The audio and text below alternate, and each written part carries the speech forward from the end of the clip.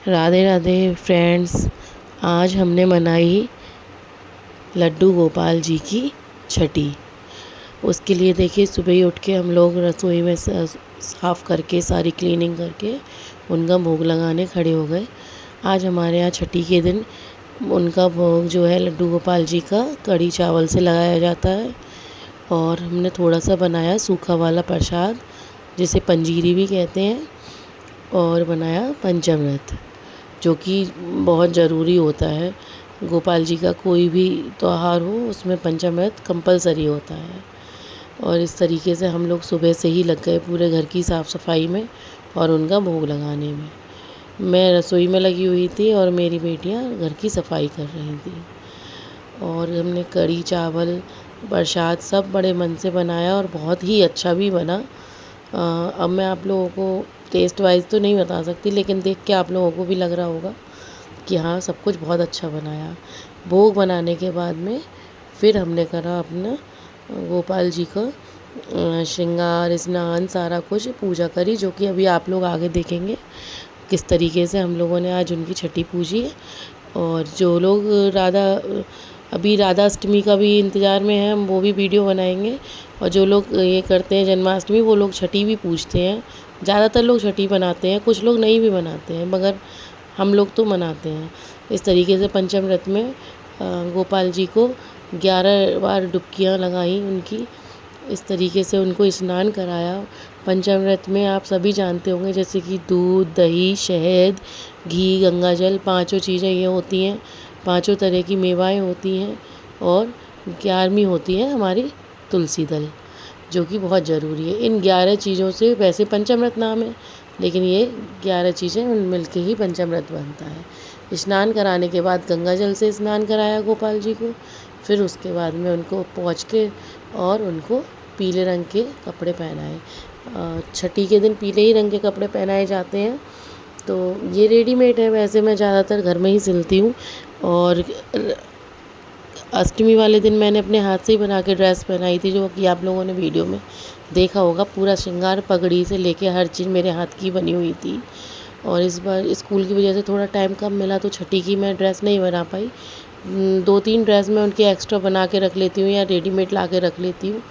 लेकिन इस बार थोड़ा सा तबीयत की वजह से कुछ वायरल भी चल रहा है, नहीं हो पाया। तो ये रेडीमेड रखी हुई थी येलो कलर की ड्रेस उनकी, उससे उनका मैंने पोशाक पहनाई और उनको श्रृंगार किया चंदन वगैरह लगा के, फूल चढ़ा के। और ये जितने भी फूल दिख रहे हैं ये सब छोटी वाली बेटी ने तोड़े हैं और ये मेरे घर पे ही हो रहे हैं सब। उसके बाद में ये बड़े वाले गोपाल जी लिए, उनको भी उसी तरीके से उनकी ये ड्रेस उतारी। ये ड्रेस जो है उनकी हमने 9वीं पे पहनाई थी। इसका वीडियो भी मैंने अभी अपलोड नहीं किया है, जल्दी ही कर दूँगी। बहुत ही सुंदर ड्रेस बनी थी, ये भी हाथ से ही बनाई थी। इस तरीके से गोपाल जी को 5 डुबकियाँ इन बड़े वालों को लगवाई और उसके बाद में इनका भी स्नान गंगा जल से करवाया और स्वच्छ कपड़े से इनको साफ़ किया। और साफ़ करने के बाद में उनका स्नान कराया। जैसे कि मैंने कहा पंचामृत में स्नान कराना ज़रूरी होता है उनका, तभी उनका सही तरीके से भोग लगता है, सही तरीके से उनका अभिषेक माना जाता है।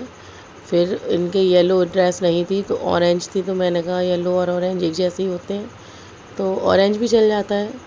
फिर मैंने ये ऑरेंज कलर की ड्रेस उन्हें पहनाई, उनका श्रृंगार किया। श्रृंगार उनका सेम बिल्कुल कृष्ण अष्टमी वाला ही था, वही सारा कुछ श्रृंगार था, कुछ अलग से नहीं लाई थी मैं। और बस ड्रेस ही चेंज है उन लोग की।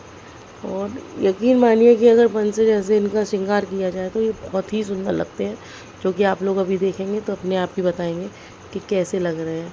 और फिर हम लोग कुछ नहीं होते इन्हें बताने वाले कि ये कैसे लग रहे हैं, ये तो है ही जगत को मोहित कर देने वाले गोपाल जी।